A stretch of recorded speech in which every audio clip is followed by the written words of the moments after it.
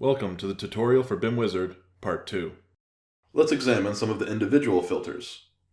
Under fire resistance, we can select non-fire rated, non-load bearing 30 up to 180 minutes and over, and load bearing 30 up to 180 minutes and over. If we select non-load bearing 60 minutes, then we can check in the fire resistance column that everything is non-load bearing 60 minutes or above. Under acoustic rating, we can search by RW or RW plus CTR. If we put in 45, we can check that everything in the acoustic column has an RW plus CTR of at least 45. If we switch the button back, we can see it's now an RW of at least 45. For some ceilings, we can also search by LNW or LNW plus CI. Under width, we can specify the maximum outer dimension of the system. If we enter 140 mils, we can check the width column to see that all results have a footprint equal to or narrower than 140 millimeters. In the height span field, we enter how long our framing members need to be. Based on this and the pressure selected above, we'll get a minimum stud arrangement to achieve the height we specified down in the expanded results, along with an updated maximum height. This first system has 76 mil 0.55 base metal thickness studs at 600 centers, and a max height of 4130.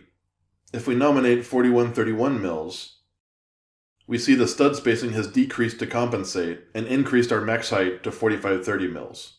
But maybe we don't want more studs and would prefer thicker BMT studs. Then we take this box to keep our stud spacing at maximum. Here we can see the BMT has increased to compensate. Now maybe we don't want thicker studs either, in which case we tick this box. And now the stud width has increased. So you can see we have very tight control over what our framing is doing here. We can use the stud width filter to narrow results according to the width of stud used in a system's framing. The framing configuration filter helps us specify a system's framing layout where there are two framing layers of various types. For example, an independent stud on one side of a fire barrier and direct fixed linings on the other. Below are some inactive filters that don't apply to this system. These will activate when the appropriate masonry, column protection, or ceiling system is selected. If we need to specify attributes for our wall linings, then each side can be done individually. If impact resistance is selected, we will get high impact boards like Multistop 3 on one side. If we take the other side and add moisture resistance, then Multistop 4 appears. Maybe we need mold resistance as well. Now we see Multistop 5. If we're sure we don't need any of these options and just want to thin out the results, there is a box labeled Not Required. This will remove any system with impact, moisture, or mold resistance from the results.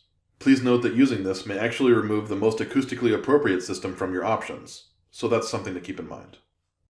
This is a good time to mention the Reset All Fields button. Naturally, it sets all filters back to their default values. If you wish to find a specific system and you know the Knauf system number for it, just type it in the system number field to narrow results accordingly. Sometimes you may want to only see solutions that contain a particular lining or set of linings. If we select Firestop in the first linings filter, we get only systems with at least one layer of Firestop. If we select Multistop in the second linings filter, we get only systems with both Firestop and Multistop. If we then choose Exclude on the first filter, we get only systems that have Multistop but not Firestop. Let's select the ceiling type. Since this is a ceiling on a concrete floor, the masonry filter has activated, so we can select the slab thickness.